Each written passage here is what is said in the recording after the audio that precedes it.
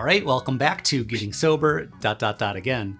My name is Jay, and today I have a very special message just for you, which is, yes, you can get sober. But first, if you care about your own sobriety journey as much as we do, we have hundreds of videos on the topics of sobriety and self-improvement. So make sure that you're subscribed to this channel. All right, let's get started. So first, let me start off by saying however you get sober is however you get sober. And secondly, let me remind you that for many of us, myself included, sobriety may not be a perfect journey. And it doesn't have to be either. Some people will certainly decide that being 100% sober all the time for the rest of their lives is 100% the answer for them. Now, I've gone back to drinking multiple times since I started the channel, and that was 6 years ago. It wasn't a recent thing, but I don't say that because I want you to be like me. I say this because it's a simple acknowledgement that it's so damn hard to be perfect. In the Bible, Jesus said, "He who is without sin cast the first stone." And you might be wondering why one of the many mottos of this channel is no judgment sobriety. And that's because none of us are perfect. Now, today's video is all about your path to sobriety. And I want you to remember this phrase, maybe even write it down. However I decide to get sober is however I decide to get sober. There's no right or wrong way to do it.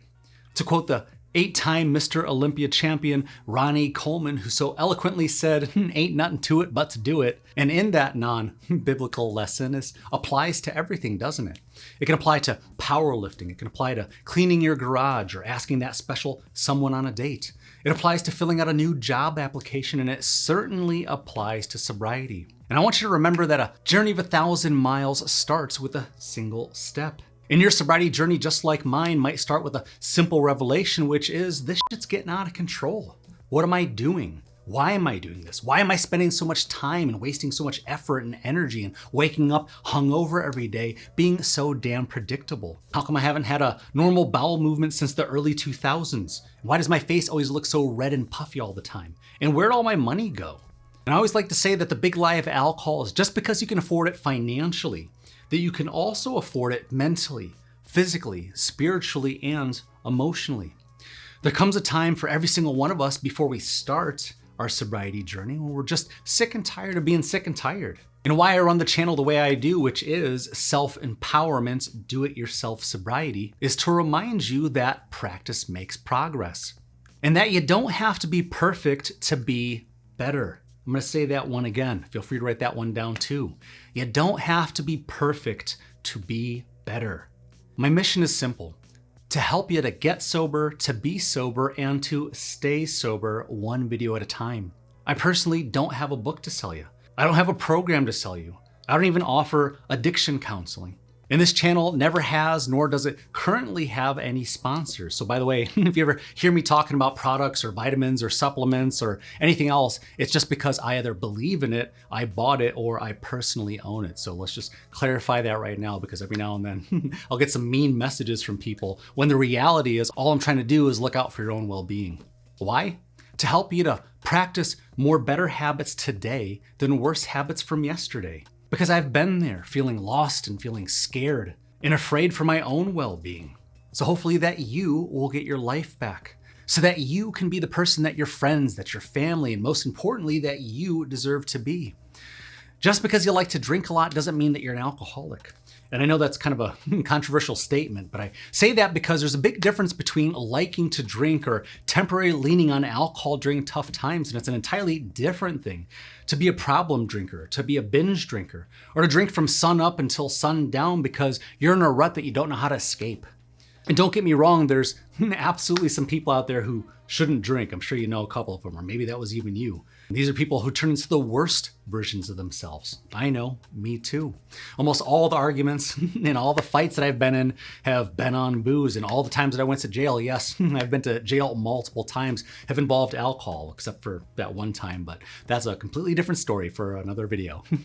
But maybe you grew up with alcohol in your own household as a kid, and maybe you learned these bad habits from that particular environment. Think about it this way. Almost every single one of us was introduced to alcohol by drinking in excess. Sure, maybe when you were a kid, your dad let you have a sip of his beer, or maybe let you have a sip of wine or eggnog during the holidays. But what were you exposed to? Probably daily drinking, right? Maybe seeing your mom have a couple of glasses of wine every night, or your dad drinking until he passed out. And when you became a teenager and into your college years, people weren't exactly drinking because the Pinot Grigio paired so nicely with the duck. No, you were drinking because it was party time. You drank to see how much you could drink. And you drank to see if maybe you could drink more than your friends. You kind of made it a competition. I know, we've all been there, right? You would drink when you were happy. You would drink when you were sad. You would drink when you celebrated, when you lost your job, or because it was 5 o'clock and you had a hard day at work. And so for those of you out there that say that getting sober is hard, I know, I had to do it too. So did all the people down in the comments. We're here with you. It's no judgment sobriety, remember? But think of anything else that you've had to learn. Either you learned it in school, or maybe had a tutor or a coach or a mentor, or maybe you're self-taught. But anything that we're not good at yet, it gets easier over time, right? Practice makes progress. It's starting to make sense now, right? Now, believe it or not, I read every single comment. And a lot of people out there believe that they can't get sober because they have no proof that it's possible for them. And I understand that your life experience up until this point proves to you that this particular perspective is true, that it's not possible. I understand that the combination of your job, your relationship, or maybe the lack thereof, or maybe your family life currently, or childhood traumas from the past, or even relationships from the past, all have an impact on the credit score of your personal life. And for all of us who've had bad credit in the past, we know that there's many factors that go into our credit worthiness. And just like a financial credit score, some of us maybe feel like we aren't worthy of having nicer things in life, or even having a nicer life. Maybe some of us feel like we're still paying for past sins or past regrets and things that are no longer in our control. But you, today, right here and right now, as you listen to this message, are going to be reminded of something maybe otherworldly. And that message is everything that you need is already within you. But there's a catch. You have to believe it for yourself. And yes, it takes some sort of faith, and not necessarily in biblical terms. The problem with what we think and what we know and what we believe and whatever the truth may be is that outside of math and numbers, the truth, whatever it is fluid based on our individual perspective. And just as it takes fluidity in our beliefs, it takes adaptability and effort to manifest a new truth for each of us individually. It takes accountability. It takes ownership. It takes saying to yourself, enough is enough. I've had my drunken fun. I've done the damage and I've paid the price, both literally and figuratively. But now it's time to really start living my life, to get to know me as I really am. Not this drunken version of me who always shows up with a 6-pack or a bottle of wine, pushing drinks on others just to feel normal, ... again. So when I say that however you get sober is however you get sober, and that it's okay to do sobriety your way, I mean it. Maybe you do need to be locked in a padded room for a very expensive 30-day vacation, but I believe that you have the strength within you to do what it takes to take the leap of faith on your own terms, to acknowledge and understand that it's natural to feel a little bit of anxiety, that it's natural to feel hesitant and unprepared. It's natural for most of us who spent every single day drinking to not know any sober people, because why would you? These boring people went to bed at 9 o'clock and you were just leaving the house at 9 o'clock. I get it, me too. But when you do decide to cut back on your alcohol use, there are many online sobriety meetings for free. You could also go to in-person AA meetings for free. You can get a sponsor, and maybe someday you could become somebody's sponsor. You could buy books on sobriety, and heck, I don't know if any of you even remember these things called libraries, but you could probably even rent some books on the topics of sobriety. And also, too, get some books on self-improvement while you're at it. Now, I know I just told you a little bit earlier that I don't have a book to sell you, and I don't. I haven't written a book to sell you.